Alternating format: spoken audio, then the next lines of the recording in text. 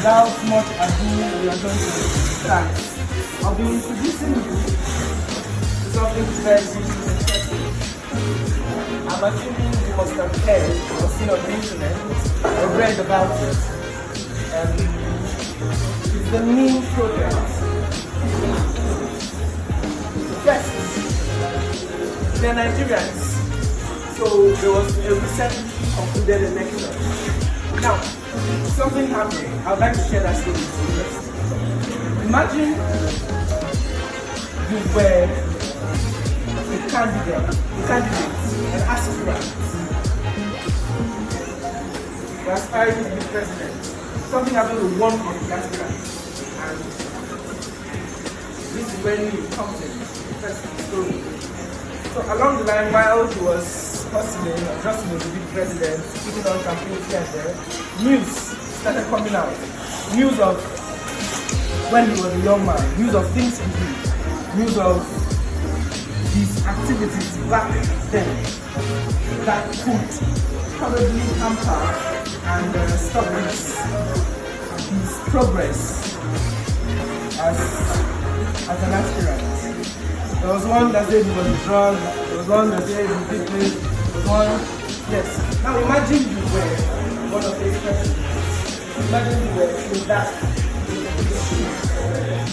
How would you feel? Down, sad, angry, some mixed emotions, those kind of things happen. And now that's on a large scale. On a smaller scale, it happens to us. You visit an app store, you check the size of the shoe. Before you go to another app, they started disturbing you. We have this shoe, from other sources. How did the other apps know? How did the other vendors know that you were looking for this certain product? The privacy has been invaded. It's as if you're having a conversation with one person. You don't expect your neighbor to be somewhere in the bush listening. But then this is what happens in the internet. There's always somebody somewhere listening to your conversation, to your interaction. And now some of them might not be truths. Some of them might be very sensitive information. Bank card details, health, this is registration, your license, things that could be used to assess further intimate and delicate information about you. Now this is where NEEM comes in. NEEM is a platform that prioritizes our privacy, our internet privacy. NEEM has come to reinforce, to assure us of privacy on the internet. We all have certain things we love to keep to ourselves. We have many things we love to keep to ourselves. But with the model, the way the internet was built, it was not built to prioritize our safety, security, or privacy. It was built so that top companies could keep making money and others. And we could suffer. Now, there are some myths about privacy. VPN offers complete online privacy. Well, I'm here to tell you that most VPNs cannot shield against metadata analysis. NEEM introduces pattern privacy by intermixing data with dummy traffic.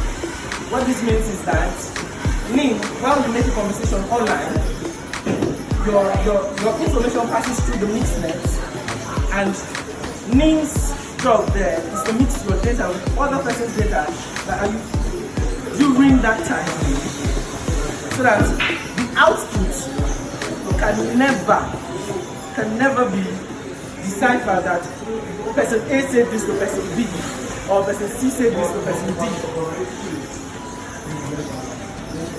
If I use VPN. Another myth is that if I use VPN, my payment information is also secure. Well, that is not true, because most VPN don't offer anonymous payment option, meaning you have to reveal your personal information.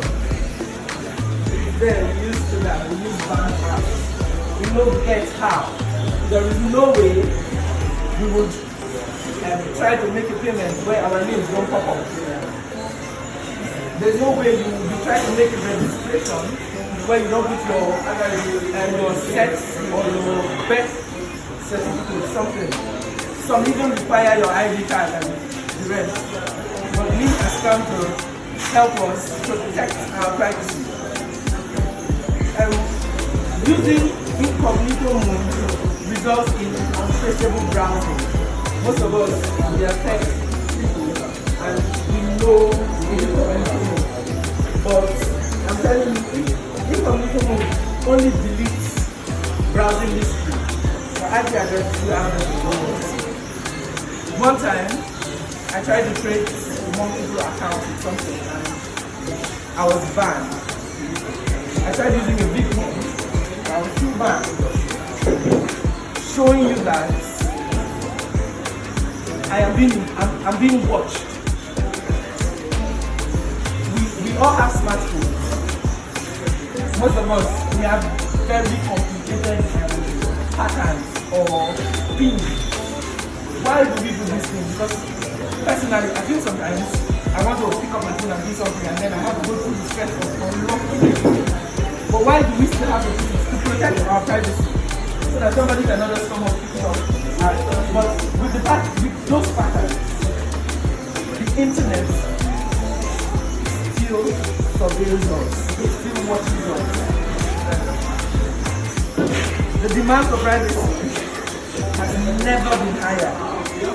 In an increasing digital world where all and every move is tracked and analyzed, people are always seeking for ways to privatize whatever they're doing, to protect themselves. Needs solution. When applicable, to safeguard against operators operating to profit from customers. Permissionless and trustless. NIM offers accessible privacy without approval. Anyone can use NIM software, enhancing privacy back via listeners. It ensures trustless privacy, blocking access to users' accounts. When you see something is permissionless or trustless, they mean you can enter, you are free to enter and come out. NIM's product, the NIM Mixnet. At the heart of NIM solution stands the Mixnet. It's not just the network, it's a guardian of privacy. Imagine the digital NIM where your data is shuffled, encrypted, making it impossible for prying eyes to trace you. NIM token. The NIM token is the backbone of the NIM ecosystem, serving as more than just a digital currency. It fuels the NIM network. Speedy mode. NIM Speedy mode is a feature in the VPN network designed for faster data transmission, ideal for tasks like streaming and online games. The Speedy mode is most for gamers and streaming. Those are a few examples. Makes internet accessibility fast, while also providing a level of privacy protection. NIM's vision. NIM's vision is to online privacy for everyone in the digital age, where personal data is increasingly at risk. NIM aims to achieve this by providing accessible and trustless privacy solutions.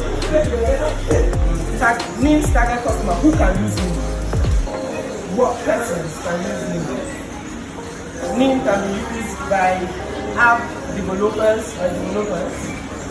traders, NIM can also be used by node operators, and we as the users, in general public, NIM can be used. The NIM Shipyard program, I'm going to introduce you to this really fast. This is a program where we learn more about it has 3 stages. The first stage involves the general knowledge. The second stage here you learn about its nodes and the mixed node. Now by the third stage, now for all of these levels, there are rewards. So if you finish, by the time you finish level 1, you get a certain reward. By the time you finish level 2, you get, so it's, and you're not paying for it.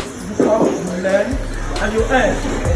Level 2, same thing. You learn about the mixed node, the mixed net, you earn. Now, by level 3, if you graduate from level 2, level 3, you have the opportunity to work with the new companies. You have the opportunity to discuss with CEO, etc. If you have any questions, please, I'm open to hear them so I could help you find them.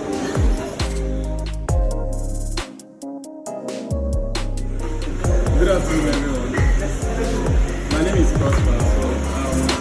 The same name can be used by developers, designers, and the general users. So but you didn't make an emphasis on how, by example, the developers can maybe just give a rundown of how. Any developer who wants to use NIM, he only needs to plug in onto a NIM node.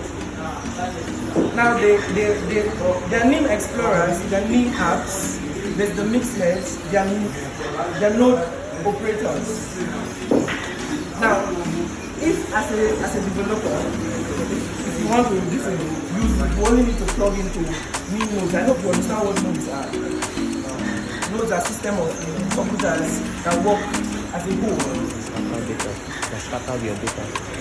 Scatter your data. That scatters your data. So that's the idea of the mixed nodes. Are different computers working together where your information can pass through and then they are being scattered.